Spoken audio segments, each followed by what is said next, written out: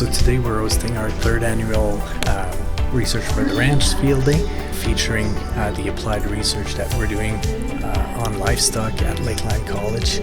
So it's an opportunity to bring producers from the area, industry, and students, as well as researchers and scientists from collaborating institutions.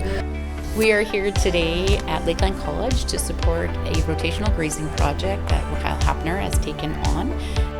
At CFGA, we work with the On-Farm Climate Action Fund, and we've been focusing with rotational grazing and involving mentors, including peer-to-peer research. CFGA is here to provide support and resources for producers who are interested in looking at rotational grazing and long-term sustainability on farm. At Lakeland College, we're focused on applied research, and the applied research is really important, and it stands on three pillars. So one of them is improving productivity and sustainability of the industry. The other one is training students and providing enriching experience to our students. And the last one, of course, is improving economic benefits for our region as well.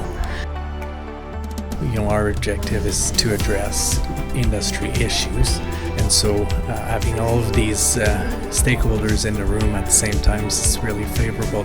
And all of our research is guided by an advisory committee that is composed of local producer and industry member as well, to ensure that we address those issues for producers and bring value to our region.